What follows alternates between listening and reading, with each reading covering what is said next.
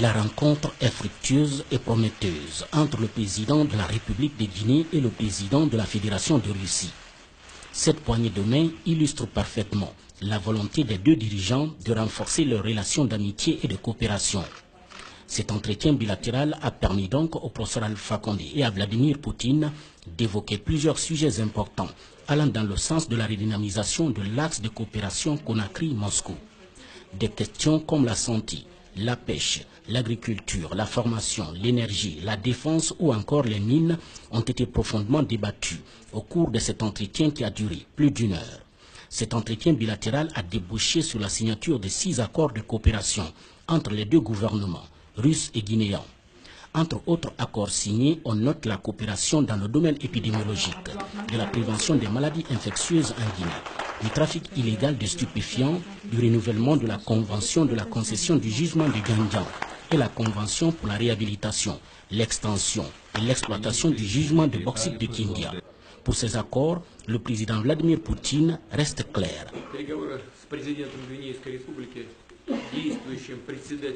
Avec le président en vigueur de l'Union africaine, Alpha Condé, se sont tenus dans une ambiance amicale et constructive. Tout d'abord dans un format restreint, ensuite avec la participation des ministres, des représentants des agences et des entreprises, nous avons tenu une discussion détaillée sur tout un spectre de sujets de la coopération bilatérale.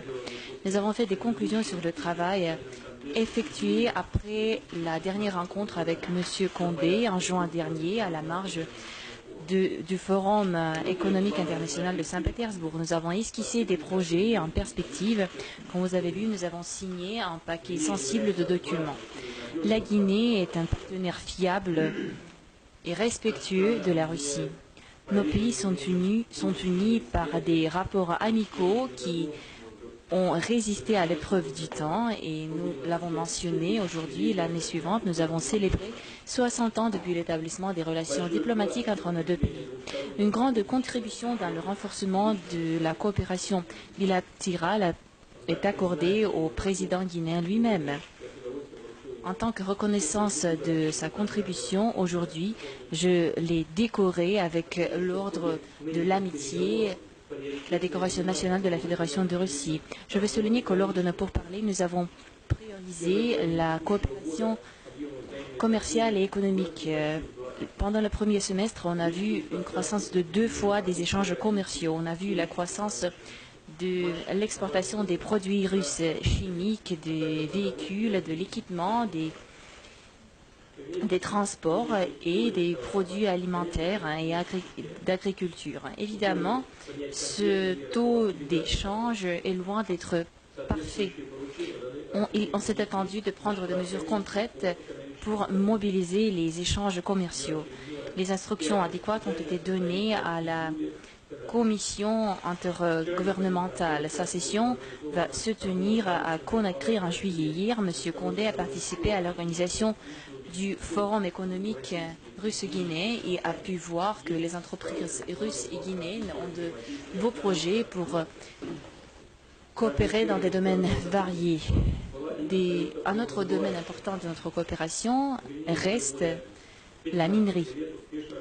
Depuis 15 ans, c'est le groupe des entreprises russales qui est actif sur le terrain guinéen. On travaille avec la construction des usines, des entrepôts, de l'infrastructure de services. On a construit un port et un chemin de fer. Le total d'investissement s'accroît jusqu'à 300 millions de dollars. Aujourd'hui, avec nos entreprises guinéennes, on a signé un mémorandum qui prévoit le renouvellement de 25 ans, l'exploration du plus grand gisement d'Indien ainsi que de la région Kindia. Sur le marché guinéen des métaux précieux, on voit également notre compagnie Severstal qui travaille avec des gisements LIFA. Le groupe Uralmash Ijora, c'est une compagnie qui est engagée dans la possibilité de livrer en Guinée l'équipement pour les mines. Un autre domaine perspective, c'est l'énergie. Les compagnies russes sont prêtes à s'engager dans la création et dans la livraison d'équipements pour les installations guinéennes. En particulier, Silovy Machini a démontré son intérêt dans l'exportation des installations de génération d'énergie. Ruski Hydro peut aider dans la conception et les études des capacités de génération d'énergie. Nous comptons que l'aéronautique, les produits d'aéronautique seront également demandés, tels que les avions, les tout-terrains. Un autre domaine important de coopération, c'est la santé. À l'assistance du ministère de la Santé et de la compagnie Russal, la Guinée a vu la création d'un hôpital de la lutte contre l'Ebola et le centre d'épidémiologie et de microbiologie. En août dernier, les essais cliniques ont débuté entre nos spécialistes pour créer une vaccine contre l'Ebola. De nouvelles perspectives de coopération dans le domaine de la santé publique ont été ouvertes par un accord signé aujourd'hui entre le ministère des Affaires étrangères sur la santé, l'équipement et les sciences médicales. La Russie assiste la Guinée dans la formation des cadres. Plus de 200 Guinéens ont déjà reçu des diplômes russes. Cette année, le quota pour les étudiants guinéens s'est élevé jusqu'aux 60.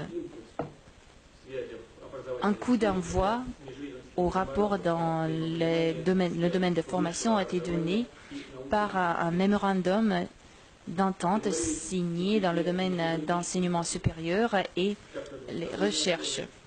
On s'est attendu de renforcer la coordination sur l'arène internationale et en particulier sur la piste de l'Union africaine où la Guinée préside cette année. Pour nous, l'Union africaine est une structure régionale d'autorité qui est capable de résoudre des sujets importants sur le continent africain pour assurer la sécurité et la prospérité économique des peuples. L'importance croissante de l'Union africaine dans les affaires africaines a trouvé sa réflexion dans la participation de son président, M. Condé, dans le sommet de BRICS en Chine, dans le sommet Outreach à la marge du sommet des BRICS.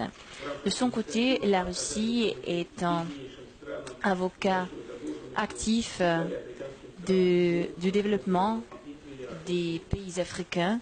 À l'ordre de cette initiative, on a annulé la dette du pays. La somme remonte jusqu'à 20 milliards de dollars.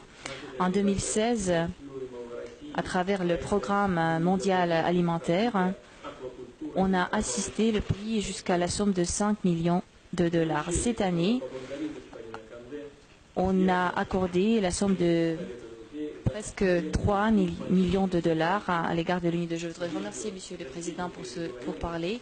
Je suis convaincu que les accords qu'on a atteints vont contribuer à la promotion des relations entre nos deux pays et au renforcement de notre opération avec les pays africains. Je vous remercie pour votre attention.